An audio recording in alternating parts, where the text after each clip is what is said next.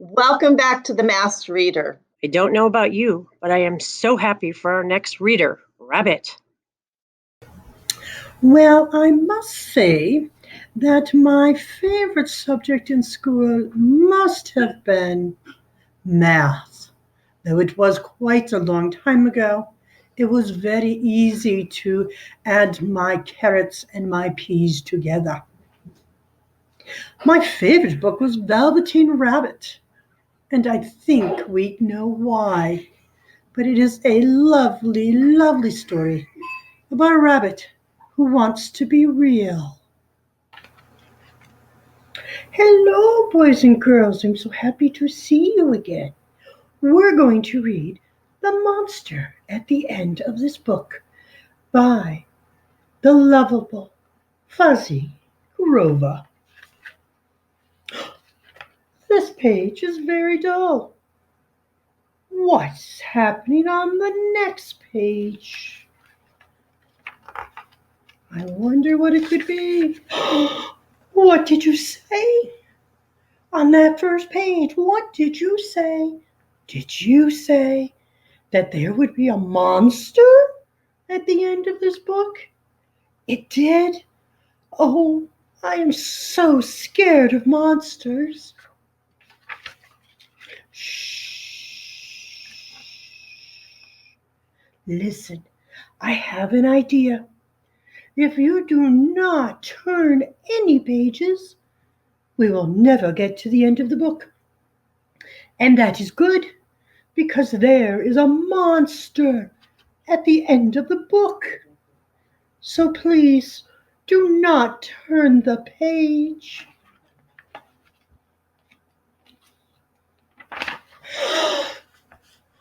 You turned the page.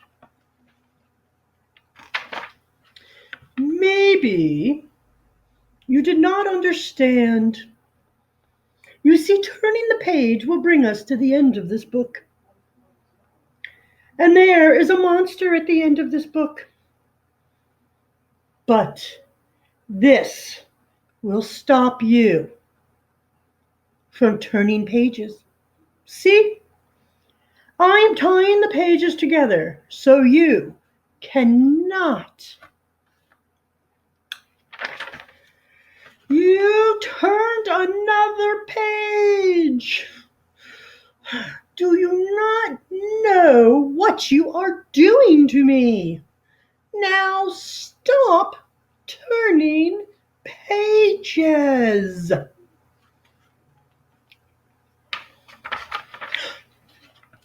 There. I, Grover, am nailing this page to the next one so that you will not be able to turn it. And we will not get any closer to the monster at the end of this book.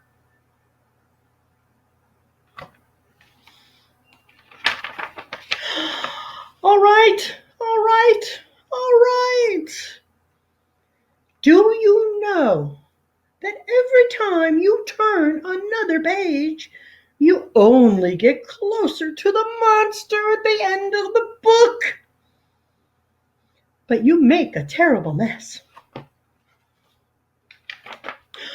This will stop you from turning pages. A heavy, thick, solid, strong brick wall. I would just like to see you try to turn this page.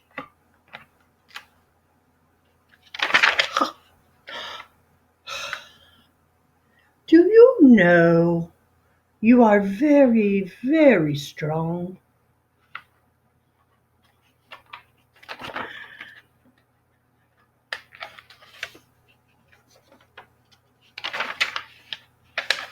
The pages don't turn, I say. But now the next page is the end of the book. And there is a monster at the end of the book. So I am scared. Please don't turn the page. Please, please, please. Well, look at that. This is the end of the book, and the only one here is me. I, lovable, furry old Grover, and I am the monster at the end of this book. And you were so scared. The end. I told you and told you that there was nothing to be afraid of. Oh, I am so embarrassed. I hope you enjoyed this book, and I hope you continue to read many, many more books. I don't know about you, but I am still feeling very happy, which is great because our next reader will make you jump for joy. Let's listen to our next reader, the frog. Hey, Froggy here. Just want to give you a little bit about myself. I absolutely loved the subject reading growing up. Reading was my favorite thing to do. The book I read the most was The Lorax. The Lorax rocked. My parents were so tired of hearing it, but I read that book all the time. And finally, why did I choose the frog? I chose the frog because the frog just loves to sit on his lily pad and enjoy the day. And you can do that every day with a good book. See you soon. Where the Wild Things Are. Story and Pictures by Maurice Sendak.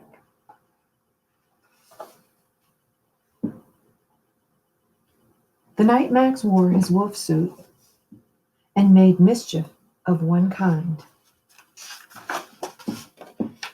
and another.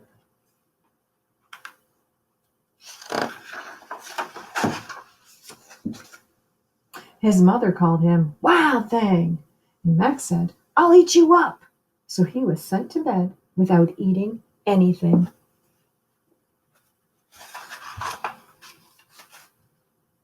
That very night, in Max's room, a forest grew. And grew. And grew until his ceiling hung with vines, and the walls became the world all around.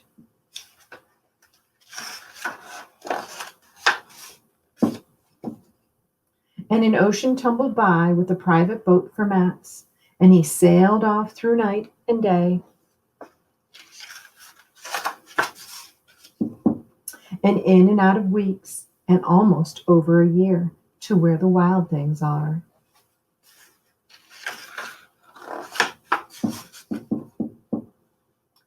And when he came to the place where the wild things are, they roared their terrible roars, and gnashed their terrible teeth, and rolled their terrible eyes, and showed their terrible claws.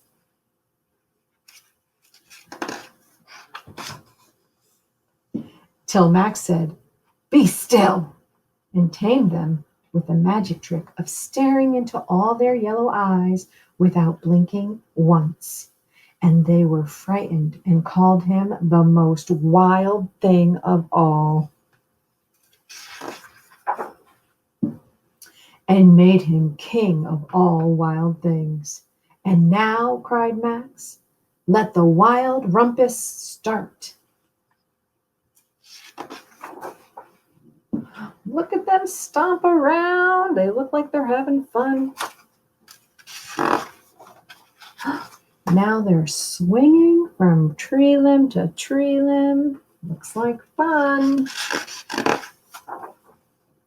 And now they're marching, it looks like.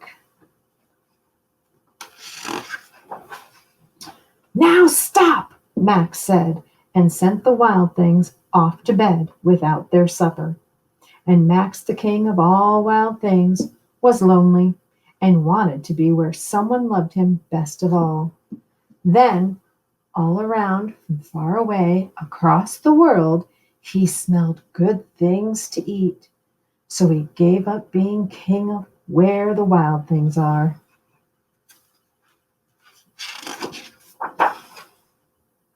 But the wild things cried, "Oh, please don't go. We'll eat you up. We love you so." And Max said, "No." The wild things roared their terrible roars and gnashed their terrible teeth and rolled their terrible eyes and showed their terrible claws. But Max stepped into his private boat and waved goodbye and sailed back over a year and in and out of weeks and through a day and into the night of his very own room, where he found his supper waiting for him. It was still hot. The end. I hope you've enjoyed this story. Have a great evening. Nice reading. Get ready for a reader who is sly. Let's see if Fox can sneak off with the win. Fox here. My favorite subject in school was reading. My favorite book as a kid was Corduroy. And I chose this animal because I'm here to outfox the competition. Because when it comes to reading books, I always, always, always come in first. Hi everyone, Fox here. Today I'm going to read for you Dragons Love Tacos. And I don't know about you, but I also love tacos. So I'm super excited to read this. Hey kid, did you know that dragons love tacos? They love beef tacos and chicken tacos. They really love big, gigantic tacos, tiny little baby tacos as well. Why do dragons love tacos? Maybe it's the smell from the sizzling pan. Maybe it's the crunch of the crispy tortilla. Maybe it's a secret. Either way, if you want to make friends with dragons, tacos are key. Hey, dragon, why do you guys love tacos so much? But wait, as much as dragons love tacos, they hate spicy salsa even more. They hate spicy green salsa and spicy red salsa. They hate spicy chunky salsa and spicy smooth salsa. If the salsa is spicy at all, dragons can't stand it. Why do dragons hate spicy salsa? Well, just one drop of hot sauce makes a dragon's ears smoke. Just one single speck of hot pepper makes a dragon snort sparks. Spicy salsa gives dragons the tummy troubles. And when dragons get the tummy troubles, oh boy. If you want to make tacos for dragons, keep the toppings mild. Tomatoes, lettuce, cheese. These are all good toppings for tacos for dragons. Hey dragon, how do you feel about spicy taco toppings? Not feeling too good about that. Dragons love parties. They like costume parties and pool parties. They like big gigantic parties with accordions and tiny little parties with charades. Why do dragons love parties? Maybe it's the conversation. Maybe it's the dancing. Maybe it's the comforting sound of a good friend's laughter. The only thing dragons love more than parties or tacos is taco parties. Taco parties are parties with lots of tacos. If you want to have some dragons over for a taco party, you'll need buckets of tacos, pant loads of tacos. The best way to judge is to get a boat and fill the boat with tacos. That's about how many tacos dragons need for a taco party. After all, dragons love tacos. Hey dragon, are you excited for the big taco party? I think he's pretty excited. Just remember, dragons hate spicy salsa. Before you host your taco party with dragons, get rid of all the spicy salsa. In fact, bury the salsa in the backyard so the dragons can't find it.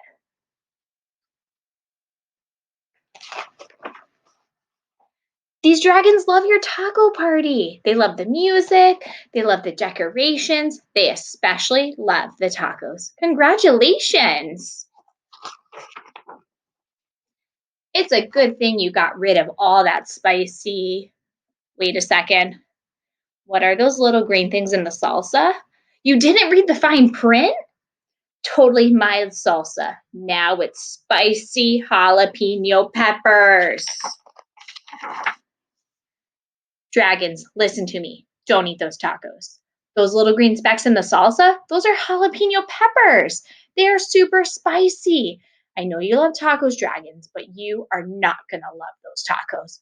Do not let those dragons eat the tacos. Crunch, crunch, crunch.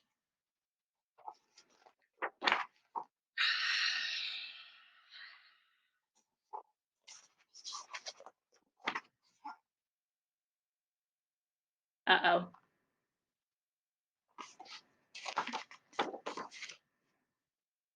Why would dragons help you rebuild your house?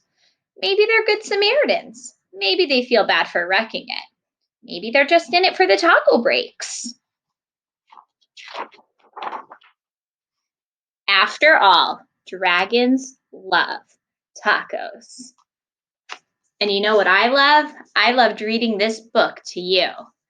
And if you also love this book, vote for the Fox because I have more awesome books to read to you. Thanks for watching. Awesome reading.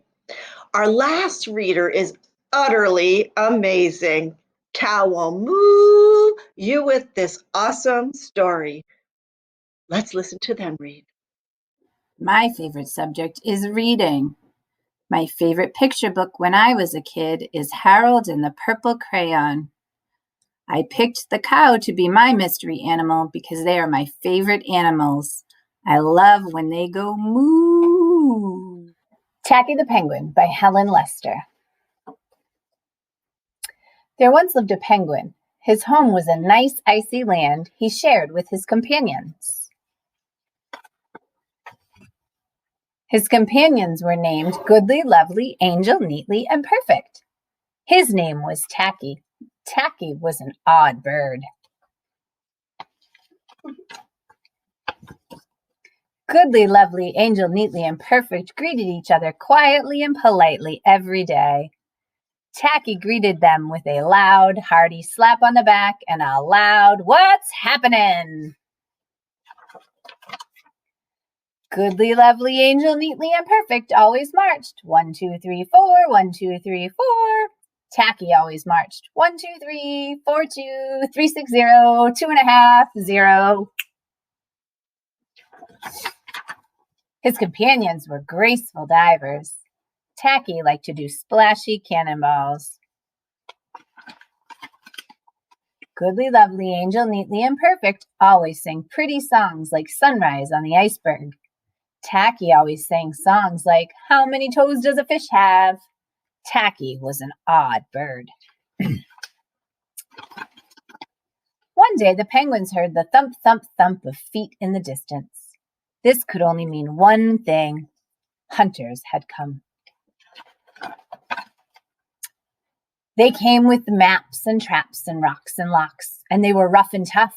As the thump, thump, thump drew closer, the penguins could hear the growly voices chanting, "We're gonna catch them pretty penguins and we'll march them with a switch and we'll sell them for $1 and get rich, rich, rich."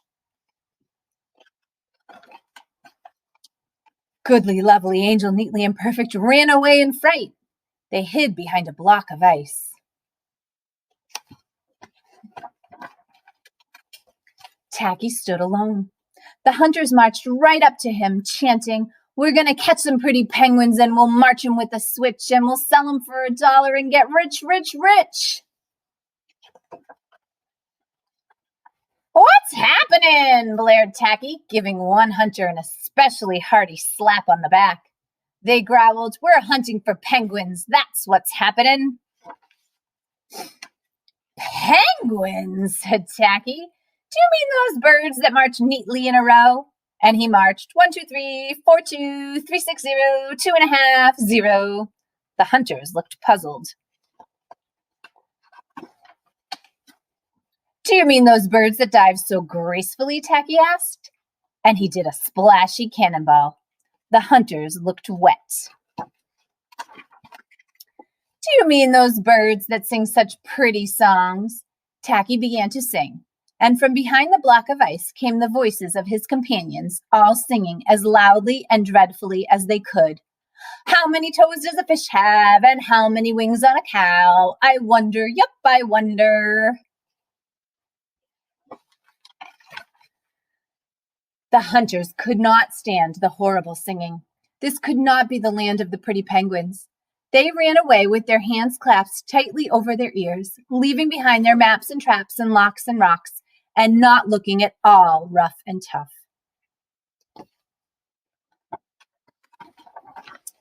Goodly, lovely, angel, neatly, and perfect hugged Tacky. Tacky was an odd bird, but a very good bird to have around. That's all of our readers for Group 1. Now you need to decide which 4 readers will be moving on to the next round. Yes, vote for your favorite by Thursday and tune in on Friday on Masking of the Bottom 4 Readers. Thanks for watching, and we can't wait to reveal who you picked.